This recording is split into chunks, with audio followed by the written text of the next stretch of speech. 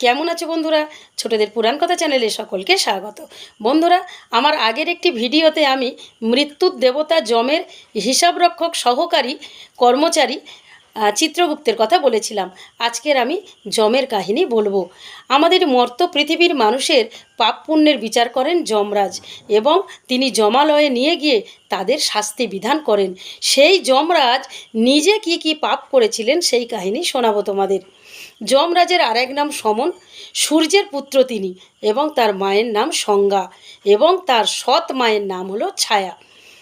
যম যখন ছোট তখন তার মা সংজ্ঞা দেবী ছায়ার কাছে অর্থাৎ বিমাতার কাছে পুত্রকে রেখে চলে যান। যমকে মানুষ করেছিলেন ছায়া, কিন্তু কিছুদিন পর দেখা গেল ছায়া তার সৎ পুত্র যমকে অবহেলা করছে, আর যম বিমাতার এই অবহেলা সহ্য করতে না পেরে তাকে লাথি মারতে উদ্যত হয়েছিলেন।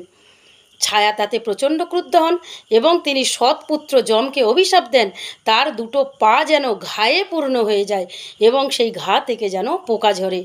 মায়ের সেই অভিশাপের ফলে যমের দুটো পায়ে ঘা হয়েছিল এবং সেই ঘা থেকে পোকাও ঝরত।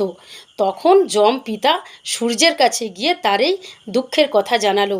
তখন সূর্য তাকে একটি কুকুর দিয়েছিলেন এবং বলেছিলেন এই কুকুর চেটে যমের ক্ষত নিরাময় করবে।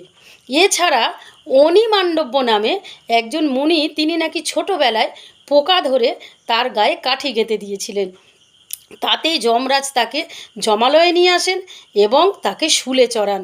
সামান্য অপরাধে এই এত বড় শাস্তি দেওয়ার জন্য মুনি ও যমকে অভিশাপ দিয়েছিলেন যে যম যেন পরবর্তীকালে মানুষ রূপে পৃথিবীতে জন্মগ্রহণ করেন।